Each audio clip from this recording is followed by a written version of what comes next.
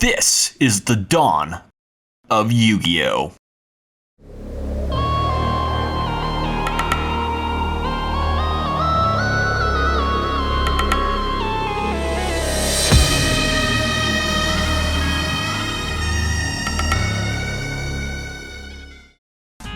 Wait. Don't forget to subscribe if you haven't, because that helps me upload more videos and know that you like content like this.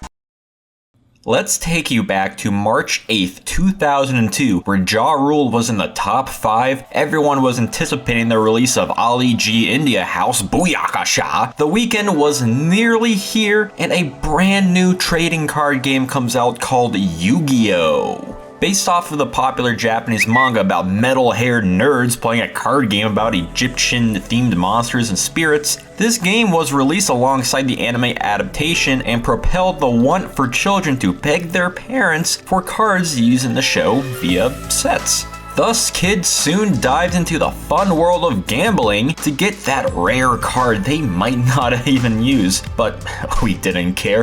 If I got that Tri-Horn Dragon, you can be sure I was going to throw that card in my main deck right away as a sign of gambler's victory. It was finally time to duel. The first sets released were the Booster Pack, Legend of the Blue Eyes White Dragon, as well as 2 starter decks for the series protagonist and antagonist, Yugimoto and Seto Kaiba. These were released on March 29th in North America. These 3 sets are considered the first format of the competitive Yu-Gi-Oh scene, known as the 2002 format or the Yugi Kaiba format alternatively.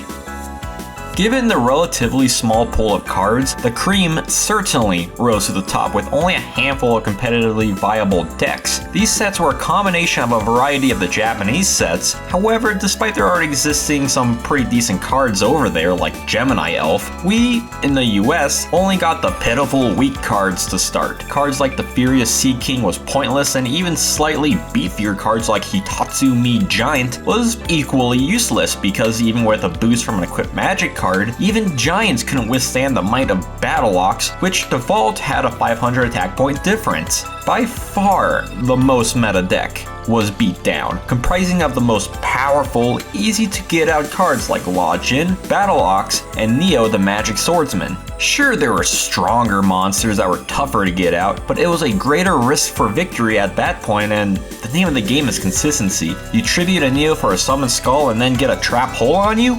Not a nice day. Although some decks would play 1 Skull, your Lodging with 1800 attack would still be your bread and butter. You also have a myriad of surprise monsters that, while they don't have that beatdown vibe, still help out a ton, benefiting the players such as flip effect monsters and Maneater Bug, defensive monsters and Wall of Illusion, or just pure defensive walls like Mystical Elf, provided much needed control play and balance quite nicely in case you didn't have any beefy boys in your hand. Other monsters like Trapmaster, Han, or the Wicked Worm Beast provided a rather unique surprise spice to each player's deck or side deck where they see fit. Using support cards in traps like Trap Hole or Wabaku, and what was then known as magic cards like Fissure and Raigeki, this format was very simple with its useful cards, yet required strategy to know how to get past your opponent's own strong, recognizable army. It was truly like a game of chess, and where both players had the same pieces with different strategies.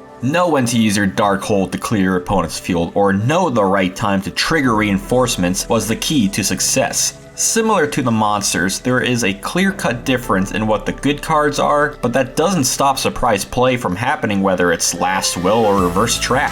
This is not to say that Beatdown was the only deck, as any game, variety does happen.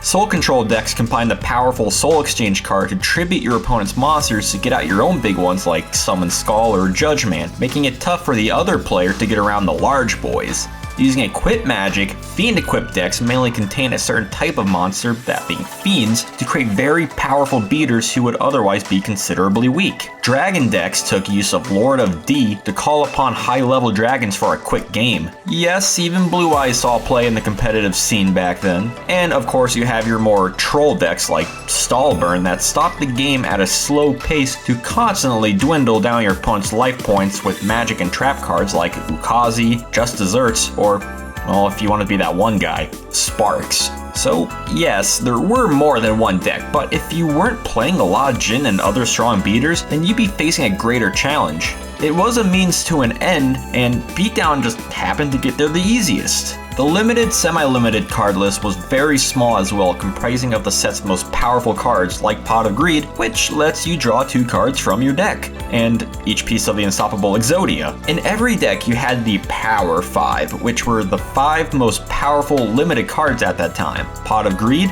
Change of Heart, Dark Hole, Raigeki, and Monster Reborn were undeniably strong as each card had its own benefit to giving the player a pivot for game tempo.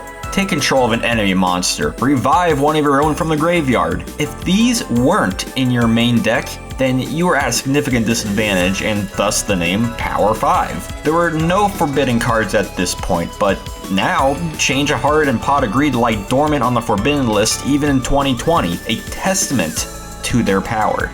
The 2002 format went on from March until the release of the second set, Metal Raiders, at the end of June, and still sees play with its own community. Check out the 2002 Duelist Facebook page. Having a simplistic card pool to contrast with meta-viable cards only exaggerated play in card advantage and mental strategy. It's definitely a fun format to go back to in order to not only see, but play the dawn of Yu-Gi-Oh! In the US and see the innovations even to this day. I have fun seeing and building the very anti-meta strategies like back row control, Metal Dragon Turbo, and even my own Yumi deck. Speaking of Metal Raiders, which, set to come, changed the game by introducing certain critters, as we'll soon see.